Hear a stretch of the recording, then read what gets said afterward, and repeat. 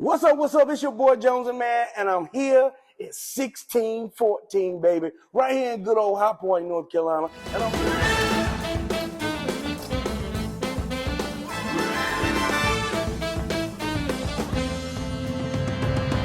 I'm here with old Justin. What's up, man? What's happening, brother? We've been trying to make this happen. We've been going back and forth, and we finally made it happen. So we're going to talk a little bit. I'm going to show y'all around 1614. So if you're in the area, you definitely want to come check it out. We'll find out some of the things that's going on. But we're also going to do what I like to do, which is drink a little bit. Yes, sir. That's my favorite pastime. All right. So we're going to kick this thing off with a little Oak and Eden. Now, you have tried to get me to try Oak and Eden for 6 months? At least. At least 6 months. I'd be on live, and I'd see it pop up on the live, and you'd be like, oh, dang, I got to try it. And I'm going to tell you why.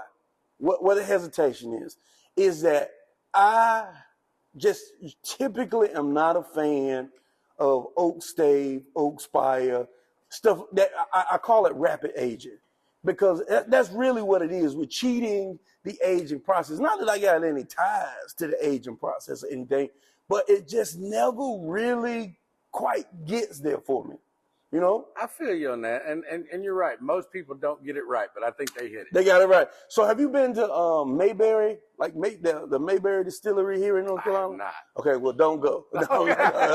But they put wood chips in this. So this is the Bourbon Inspire. So it is their bourbon finished in a toasted oak spiral, batch 102, bottle 0283. Toasted oak. I'm trying to give y'all this 90 proof, give y'all all the details, even see the spire in there. So I guess we'll get us a little couple pours going on. Now, I like to start neat. So I'm going to pour me a little one to start with.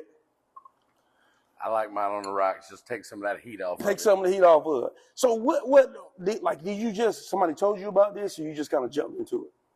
When they first came to North Carolina, because I'm in the bar business, I get to spend a lot of time down at the liquor store. And at the time, the manager, James, talked me into trying it. You remember James? Yeah.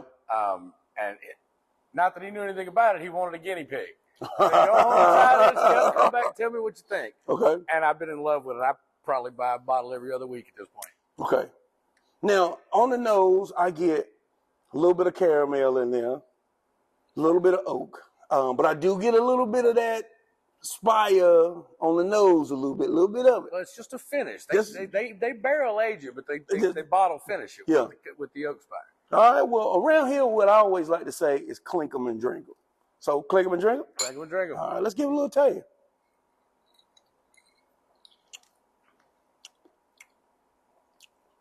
Okay.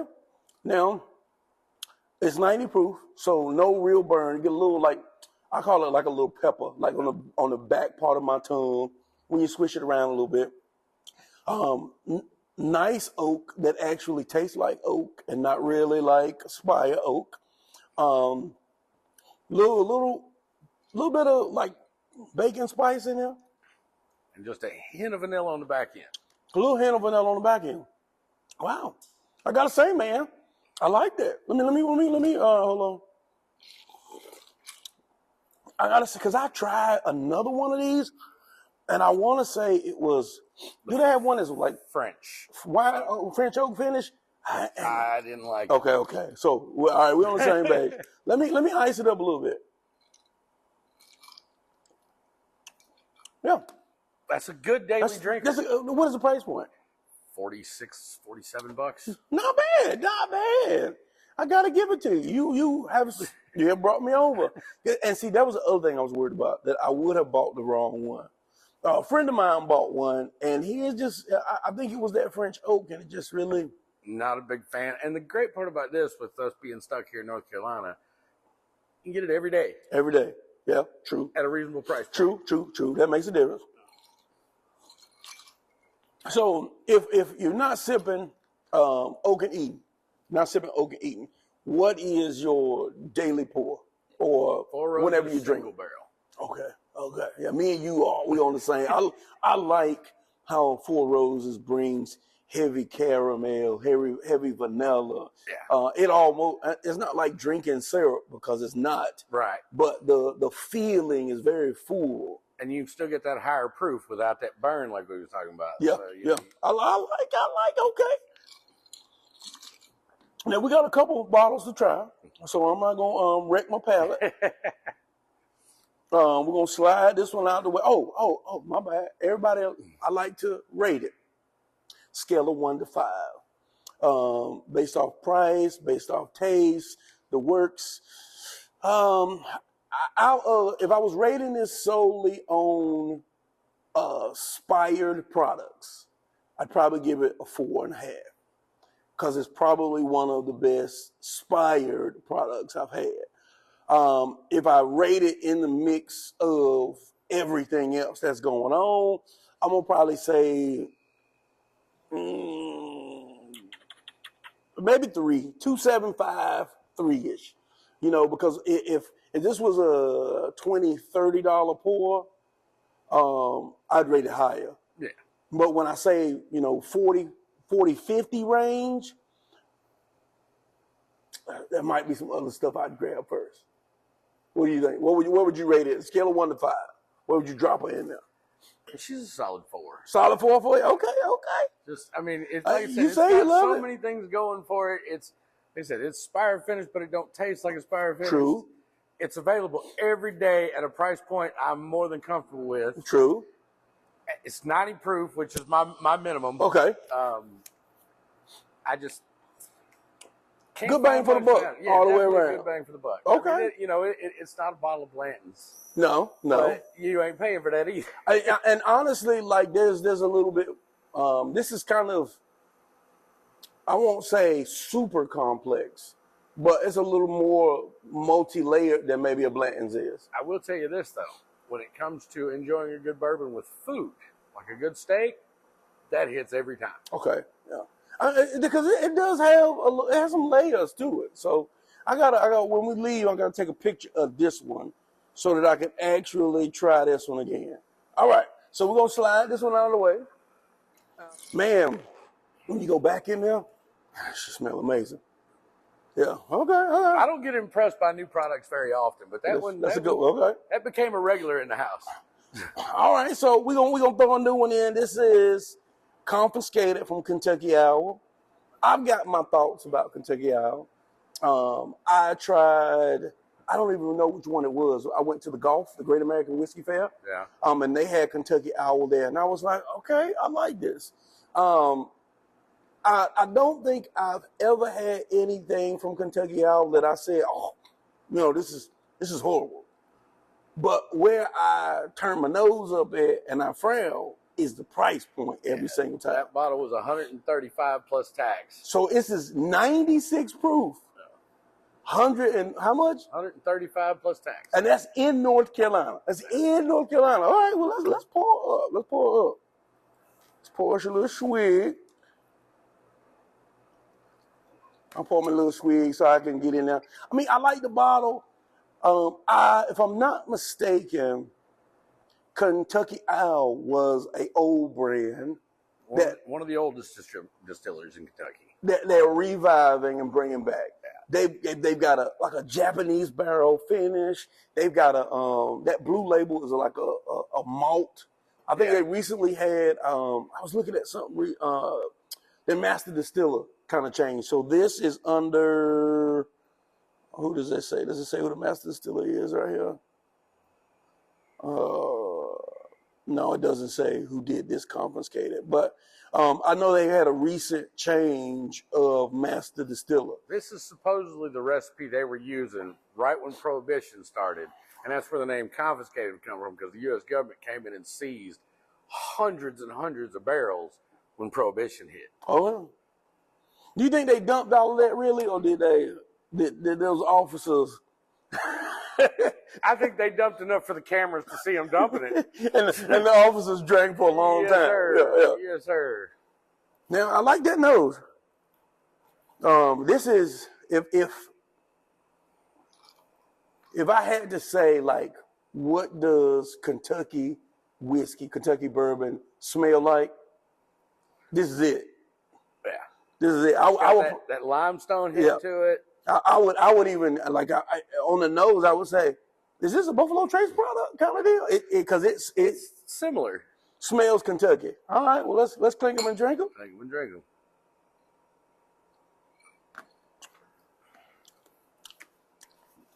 That's good. I know it's $150, but that's good. Yeah, that's good. That's really that is vanilla. Not as heavy on the caramel. Maybe a little bit more vanilla. Maybe a little bit more oak in there. I think these confiscated, or most of the Kentucky Owls, are usually a blend of a couple of different bourbons. Usually they take something old, mix it in with something young. And I don't know. I had to get back to y'all on that because we just kind of did this spur of the moment. But really, I was just looking for an excuse to drink with my homeboy here. And that works. Yeah, that. Oh, let me try and put it on. Put it on. All right, put it on. I want to go through all three, and that way I can go back to the one I like the most. I got you. And you can tell us a little bit, because typically I ask for a tipsy tale, and then I'll ask all of my guests what they got going on, and since we are here, I imagine that you could probably tell us during that time a little bit about the bar. All right, let me see how she work out on the ice. Yeah. I think it dries the finish out on the ice, which I like. Yeah. And it's just, you would quickly drink $130 bottle on ice. Oh, I had to put that up to make sure there was some left to do this with you, bro. That's really good. There's nothing about that I don't like. It smells amazing. The taste is vanilla. Not as much caramel that maybe I would pick out on a whiskey, but it has those barrel notes, the overall flavors like Kentucky whiskey is supposed to have. And that neat pour, it doesn't burn, but it sits around. It's kind of like me. It definitely lingers on the tongue. It lingers around, just hangs out. Like, what's up? You gonna take another little sip later on? What's happening? Yeah, this one gets a little dangerous. It'll get you in trouble, because if you ain't careful, like you said, you'll drink $150 bottle of whiskey real quick. Yeah, and the proof point is, I'm like you. Well, I may not be like you because I think you like a little bit higher proof than me. I know you got a little background for the higher spirits, but I may spend a little time in the moonshine. You might have put a little, but 100 proof, man, is a sweet spot for me. You know what I'm saying? It gives you proof. It doesn't really kill the flavor like some people say. It at 120, 130 is where all the flavor is. I don't personally think that. I think when you mellow it out at about 100 proof, you still get really rich flavor in there. All right, so just in case we didn't catch it all, this is Yellowstone Single Malt 108. We had a little quick discussion around, you're a Scotch guy. I'm most certainly not a Scotch guy. On the nose, man, it does smell fruity, but it also smells malty. Yeah, that's definitely like, I would say, is this either a super corny whiskey or a lot of malt in here? I'd say it's a fair blend of the two, to be honest with you. All right, let's clink them and drink them.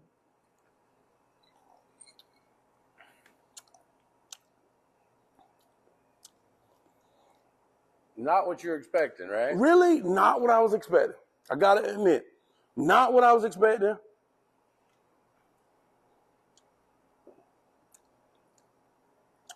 I do get the malt in there, but it's made like a bourbon. It is made like a bourbon. It is made like a bourbon.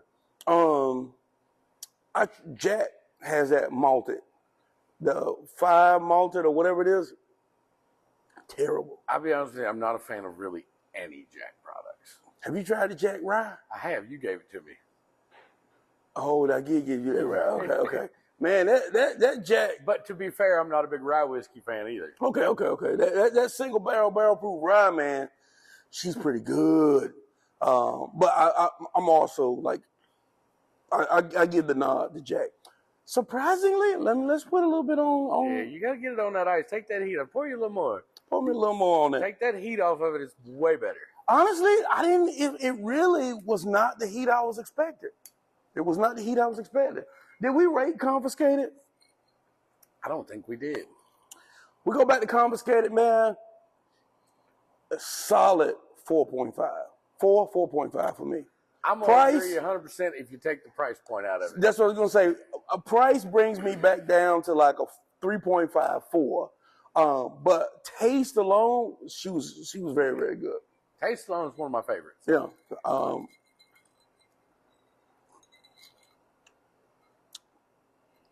That's actually pretty good on ice.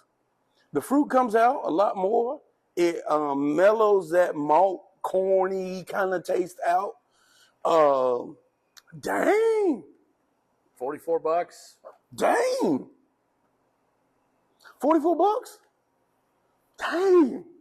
Okay, you have officially surprised me on every single bottle. Every single bottle. That's a tough thing to do with your bottle vocabulary, bro. I was really going to tell you that this was probably going to be trash. But this is actually not trash. Yeah. It's not trash. It wouldn't necessarily be my first thing to pour. Where they really got it right with the single malt is that. That proof. I think it needs that stronger proof to overcome those Scotch notes and make it more, for a whiskey drinker, there's a certain taste you expect. And Scotch is different. Yes, it's a whiskey, Scotch is different. It's different. It's definitely different. But that one is, to me, is really versatile. I could drink that just sitting around chilling. I could drink that with food. I could definitely pair that with a couple good cigars. Hey, look, I'm speechless because I really came into it. You see, I put it last. Yeah. Because I didn't want to taint everything else. And I really came into it trying to be positive, but thinking like this is going to be trash. Most certainly going to be trash. Because I just don't like malt. But that is actually solid. Bringing that, I actually took that into consideration because we've talked about that you're not a Scotch drinker on multiple occasions. Yeah.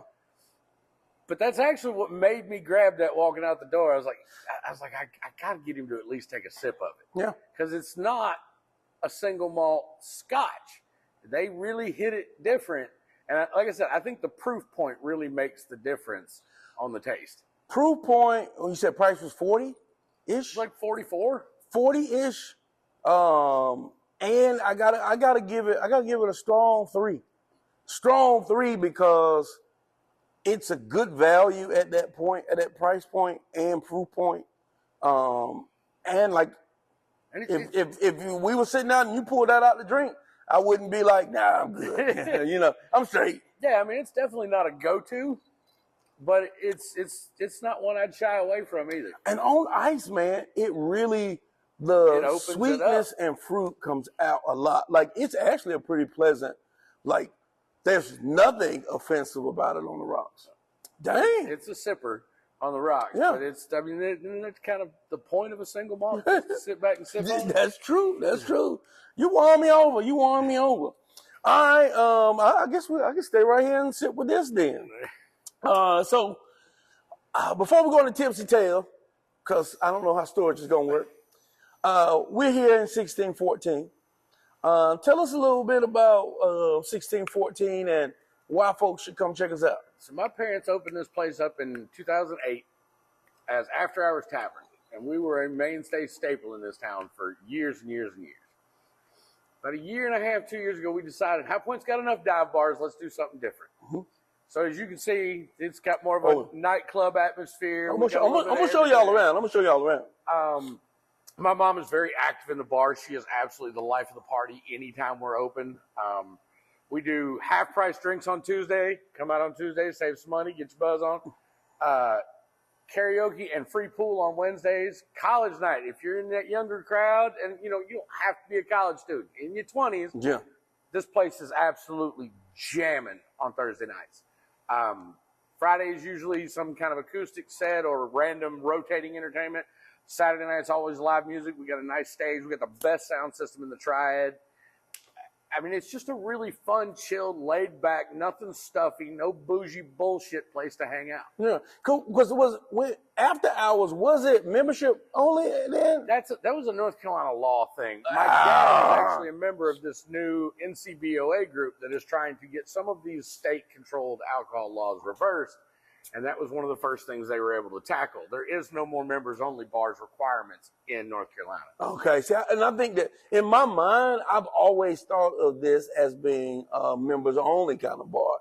And I think that might, if a lot of people feel like, hey, well, I'm not a member, I'm not going there. Now, and hang it up. We welcome everybody. Welcome for everybody. Okay, I like that. Not open. We are open Tuesday through Saturday. Tuesday through Saturday. Tuesday's half-price night. Okay. Can't argue with half-price drinks. Yeah, that's right. And we have a great selection. I'm gonna let y'all see the bar up here. Yeah. Wednesdays is karaoke and free pool. We open the pool tables up, play all you want to, no charge. Thursdays, like I said, the most jamming college night in town. We'll have 300 people here, easy. Yeah. On a Thursday night. Sweet. Fridays, it's rotating entertainment. We do everything from Latino night to hip hop night to acoustic sets, just anything that basically if an act can come in here and convince us it's worth trying out, we'll try it out. Right. Saturday nights is almost always live music. We've got a great stage set up. Like I said, best sound system in the Triad. Sunday, Monday, we're closed. But, everybody needs some time with their family too. Right. Not to mention I got to clean up after all the people that come in here. So, I need that time. For sure.